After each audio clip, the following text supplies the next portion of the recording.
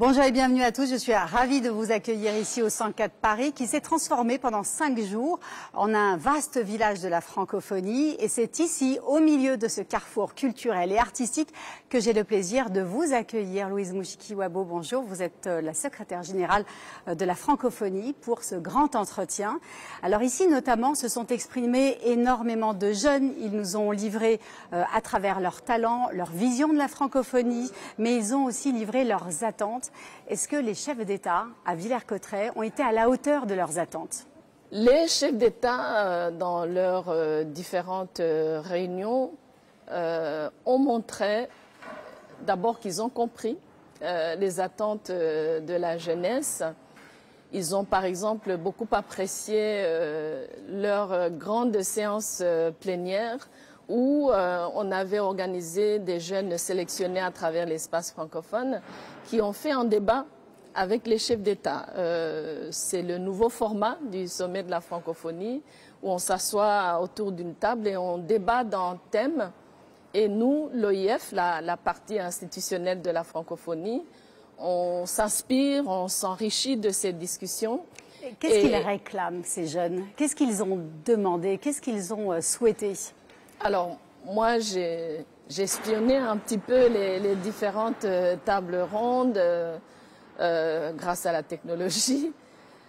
Ces jeunes réclament une bonne éducation qui leur permette d'avoir accès à l'emploi. La priorité des priorités pour la jeunesse francophone, c'est l'emploi. Ils réclament aussi un climat apaisé. Il y a beaucoup de turbulences dans le monde et dans le monde francophone. Et ils ont beaucoup parlé des questions de gouvernance, en plus de ces thèmes qui sont beaucoup plus liés à l'emploi. Ils ont beaucoup parlé du numérique.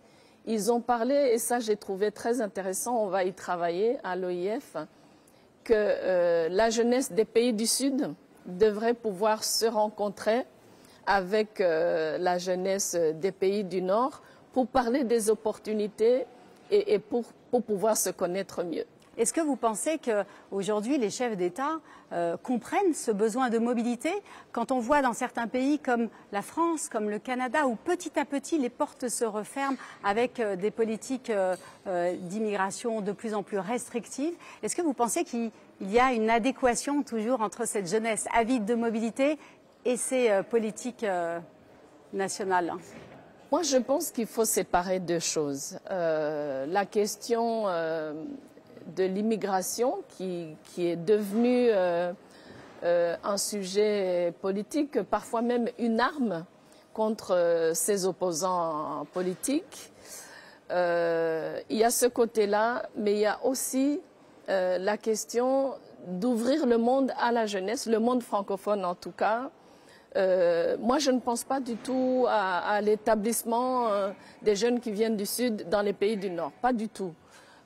Et je pense que ce que les jeunes réclament aujourd'hui, bien évidemment, il y a des pays, des situations où la vie est intenable, où il y a des crises, il y a des guerres. Ça c'est l'asile politique, c'est une chose.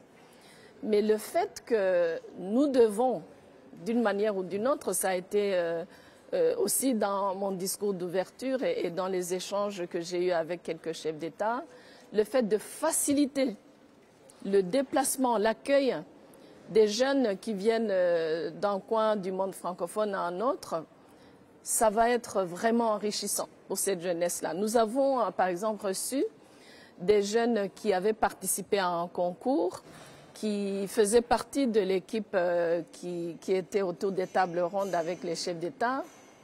Mais c'est des jeunes formidables, donc ils viennent du monde entier. Il y avait un jeune haïtien, une marocaine, un sénégalais, une camerounaise et je ne sais plus, 5 pays totalement différents, mais de pouvoir se rencontrer ici, parler entre eux et se projeter dans quelques années. Ils ont la vingtaine avancée, mais c'est formidable. Ces jeunes-là ne veulent pas nécessairement venir vivre en France, mais ils veulent pouvoir bouger d'un pays à un autre, explorer et surtout voir ce que les jeunes font dans leur propre pays. D'ailleurs, il faut préciser aujourd'hui que 60% des francophones se trouvent en Afrique et que l'âge médian en Afrique est de 19 ans. Donc, ce sont eux l'avenir de la francophonie.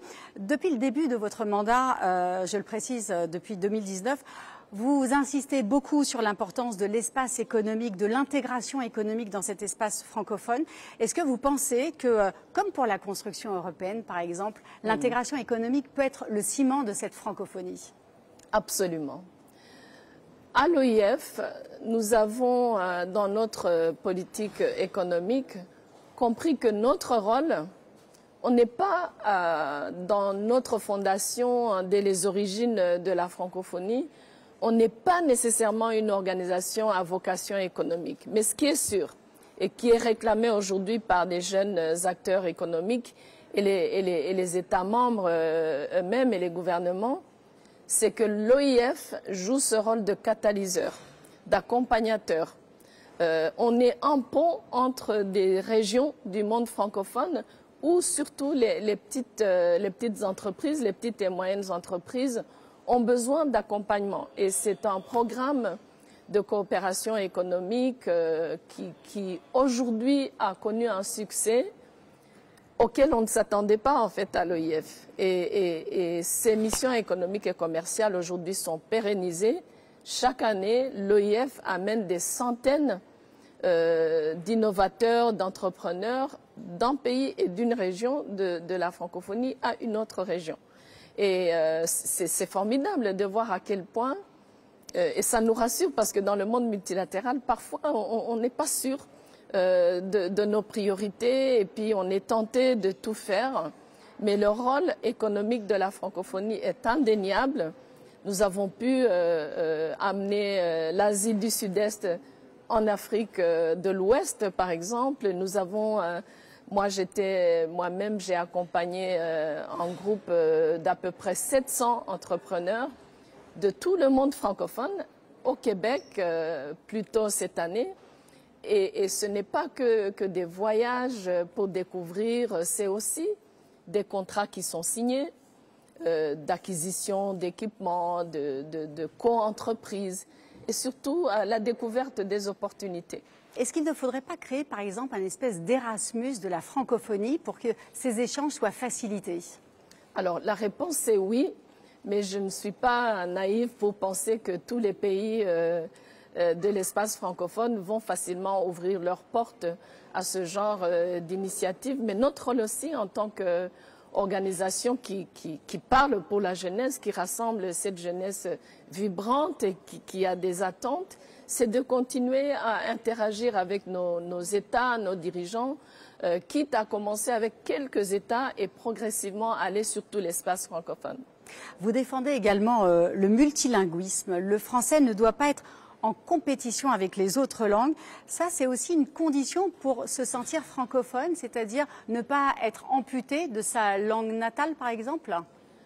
La francophonie aujourd'hui et la francophonie institutionnelle que je représente et la francophonie petit f, qui est tout ce monde qui vit et qui s'exprime en français, c'est une francophonie qui cohabite avec d'autres espaces linguistiques.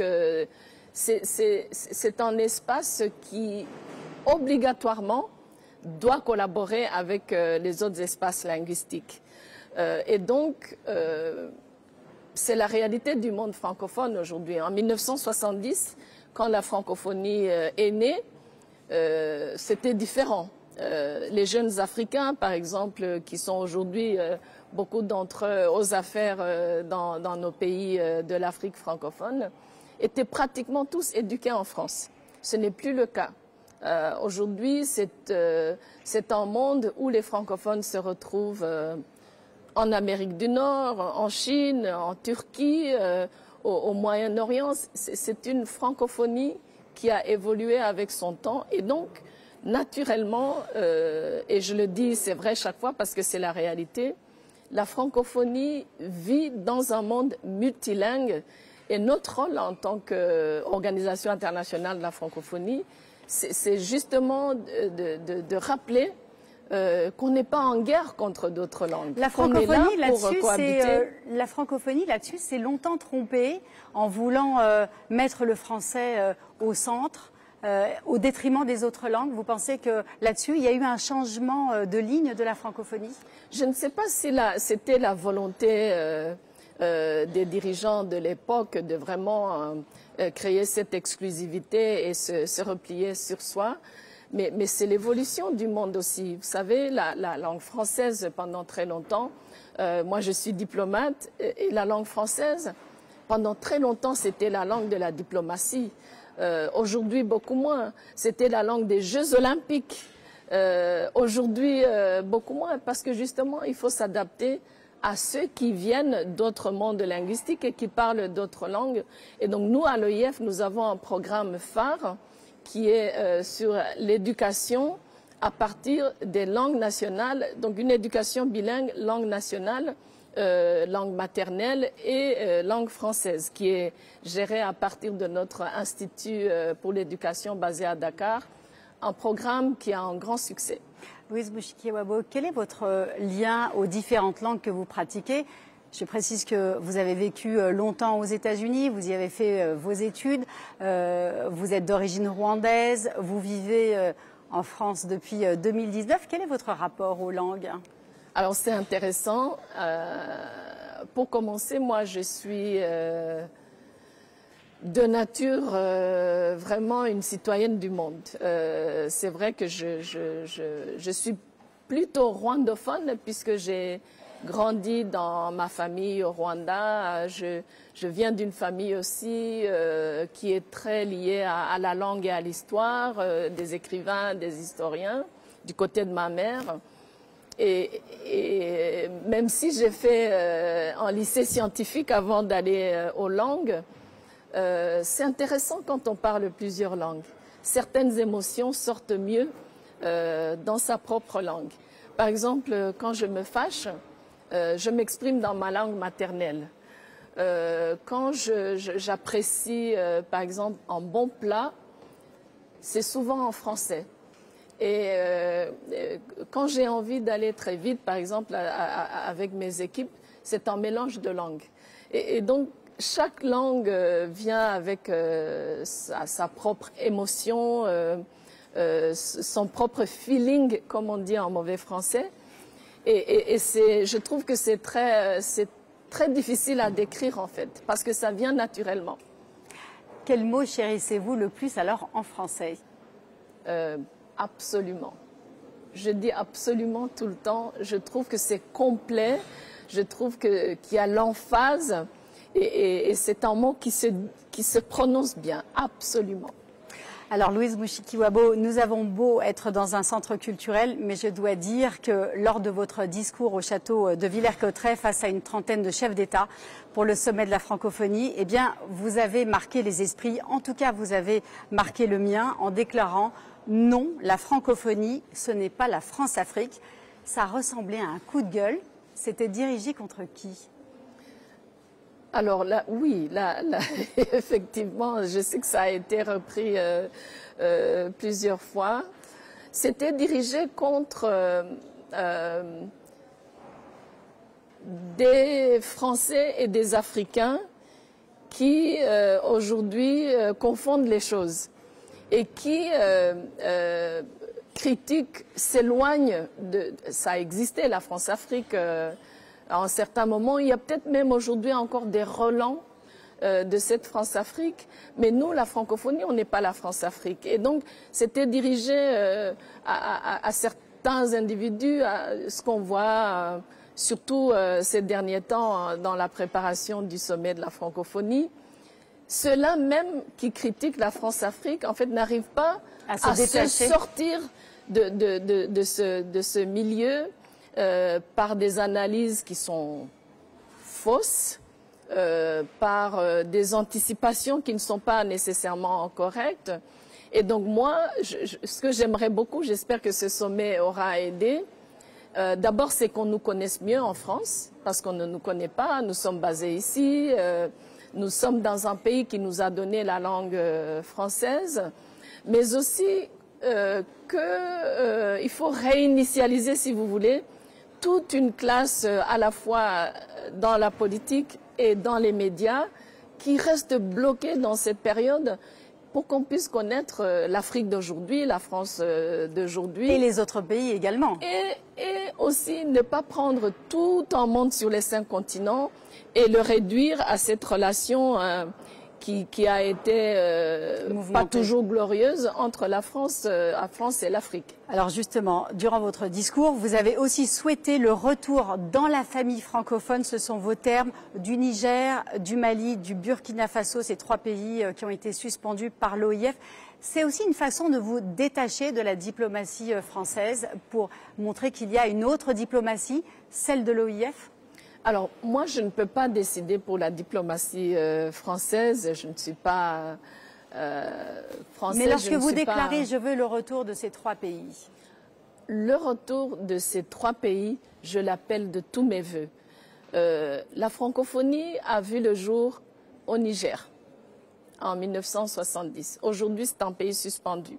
Notre déclaration, notre charte politique de la francophonie s'appelle la déclaration de Bamako. Bamako, c'est au Mali. Et je suis donc très mal à l'aise. Pour cela, pour la partie symbolique, mais plus important encore, nous sommes une organisation qui est fondée sur la solidarité, la rencontre des peuples. Et une fois qu'un pays de notre organisation est suspendu, en quelque sorte, on est coupé des peuples qui sont la raison d'être de notre organisation. Sur un plan aussi politique pragmatique, on doit trouver un moyen de ramener ces pays dans leur famille francophone. Et cela ne veut pas dire que on va aller chercher ces pays-là à tout prix. On veut dialoguer avec ces pays, on veut avoir un échange. Mais surtout, on ne veut pas que la famille francophone soit coupée en 2. Il y a beaucoup d'attentes autour de la francophonie. Parfois, on critique la francophonie qui, qui ne fait pas suffisamment. Mais est-ce que vous en avez véritablement les leviers? Vous savez, la politique, ce n'est pas une science exacte. C'est compliqué. Mais ça ne nous empêche pas d'essayer. Parce que c'est bénéfique. C'est bénéfique pour ces pays-là, pour ces peuples. Et c'est bénéfique pour nous. Les leviers, je suis dans la politique depuis longtemps. J'ai beaucoup travaillé sur le continent africain. J'ai été ministre des Affaires étrangères pendant 10 ans. J'ai des contacts, je pense, quelques leviers. Mais ce qui est important pour moi, c'est de pouvoir avoir un dialogue, de créer ce climat de confiance qui nous permet d'échanger avec ces pays. C'est ce que nous avons fait avec la Guinée, par exemple, aussi qui était un pays suspendu, qui vient de revenir dans la famille francophone. Cette décision a fait polémique, hein, d'ailleurs, beaucoup. Cette décision peut faire polémique et je le comprendrai. Parce que nos États se sont engagés, ont souscrit à certains textes politiques, à certains protocoles, notamment sur tout ce qui concerne la pratique démocratique, les droits et les libertés. Donc ce n'est que normal. Mais je pense qu'il faut pouvoir dépasser les situations compliquées. Ces 3 pays, le Mali, le Niger et le Burkina Faso, sont des pays qui ont connu de grandes difficultés. Et donc je pense que les analyses trop faciles, ce n'est pas cela qui va nous aider à ramener ces pays-là. Mais vraiment, moi je souhaiterais beaucoup qu'au prochain sommet au Cambodge en 2026, on soit avec tous nos États membres. Vous pensez qu'ils vont, vous leur tendez la main? Est-ce que vous pensez qu'ils vont la saisir? Je vais leur tendre la main. Peut-être que je l'attendrai plusieurs fois avant qu'ils ne puissent la saisir, mais c'est mon souhait. Et d'un point de vue totalement égoïste, moi je suis africaine, j'ai été surtout élue et soutenue par les pays africains, dont ces 3 pays-là. Et donc j'ai aussi ce petit côté où j'aimerais que les miens puissent revenir dans l'organisation que je dirige aujourd'hui. Alors, il y en a certains qui sont suspendus, mais il y a des nouveaux entrants aussi. Oui. Et donc, vous avez annoncé l'arrivée de 5 nouveaux membres, 2 pays, l'Angola, le Chili, 3 régions, la Polynésie française, la Sarre, un lander allemand, et la Nouvelle-Écosse. Qu'est-ce que l'Angola lusophone? Qu'est-ce que le Chili espagnol souhaite intégrer la francophonie? La francophonie, comme je l'ai mentionné tout à l'heure, est un grand espace où la langue française est pratiquée à différents niveaux. Même les pays qui sont membres depuis 54 ans, depuis les origines de l'organisation, la langue française est à différentes vitesses. Ce que moi j'ai voulu à mon arrivée à la tête de l'OIF en 2019, c'était de prendre une pause et de revoir les critères d'adhésion à notre organisation, surtout le critère linguistique. Un critère qui est très important, mais qui a aussi à voir avec l'engagement, la volonté, par exemple, de vouloir amener la langue française dans le système éducatif du pays. C'est important.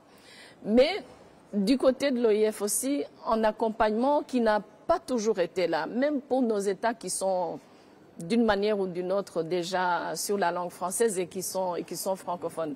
Alors l'Angola, dès mon arrivée en 2019, m'avait demandé, président de la République d'Angola, mes collègues ministres, à intégrer la francophonie parce qu'en fait, ils sont voisins, par exemple, de la grande République démocratique du Congo. Beaucoup d'Angolais travaillent avec et voyagent dans la région du Golfe de Guinée, qui est à la fois lusophone mais francophone aussi. Et donc, la présence de l'Angola dans notre organisation s'explique. Le Chili, je pense que c'est surtout par rapport à la relation que le Chili, historiquement, a eue avec la France. Mais vous serez étonné de voir à quel point la langue française, tous les aspects culture, et cette volonté de découvrir des zones francophones loin de leur territoire, intéresse beaucoup, par exemple, les pays de l'Amérique latine. C'est un espace qui est attractif encore. C'est un espace qui est très attractif. C'est un espace où aussi on a accès à beaucoup d'autres États, beaucoup d'autres pays. On parlait de la jeunesse tout à l'heure, mais aussi sur le plan politique, c'est un bloc de plusieurs pays. Aujourd'hui, depuis hier, nous sommes 93 États et dans l'influence politique, ce n'est pas rien. Alors, vous parliez de 2026, cette échéance, le prochain sommet de la francophonie donc, va se dérouler au Cambodge. Est-ce que vous allez solliciter un 3e mandat, Louise Mushikiwabo? Un 3e mandat, la réponse est je ne sais pas. Aujourd'hui, je n'en ai pas envie, mais on verra comment la situation évolue d'ici 2026. Est-ce que vous verrez un destin plus national au Rwanda? Est-ce que ça, c'est quelque chose à laquelle vous pensez également? Retourner au Rwanda? C'est difficile de savoir. Bien évidemment, le Rwanda, c'est mon pays. J'y retourne en décembre 2026, à la fin de mon 2e mandat. Mais honnêtement, aujourd'hui, je ne sais pas. Vous ferez de la politique autrement? Oui. Ça vous a beaucoup appris, la francophonie? La francophonie m'a beaucoup appris. Je connaissais la francophonie puisque j'étais ministre, donc j'étais de l'autre côté. Je n'étais pas à l'intérieur de l'organisation. Mais je ferais de la politique autrement dans le sens où il y a beaucoup de leviers qu'on n'utilise pas. J'ai parlé tout à l'heure du levier économique, mais le potentiel est énorme à l'intérieur de la francophonie. Nous avons aussi, je vois par exemple ce que l'OIF a fait au niveau des Nations Unies sur le pacte numérique mondial. J'en suis très fière. Nous avons pu apporter la contribution de plusieurs de nos États membres, mais aussi avec le groupe des ambassadeurs francophones au niveau des Nations Unies à New York, vraiment peser sur le texte, traduire le texte en français, ce qui n'était pas prévu. Nous sommes plus de 300 millions de locuteurs. On est quand même en espace qui devrait compter. Et donc, je ferai la politique autrement dans le sens où beaucoup plus d'esprit d'exploration, beaucoup plus d'agilité aussi, parce qu'on peut être très rigide dans le monde politique international.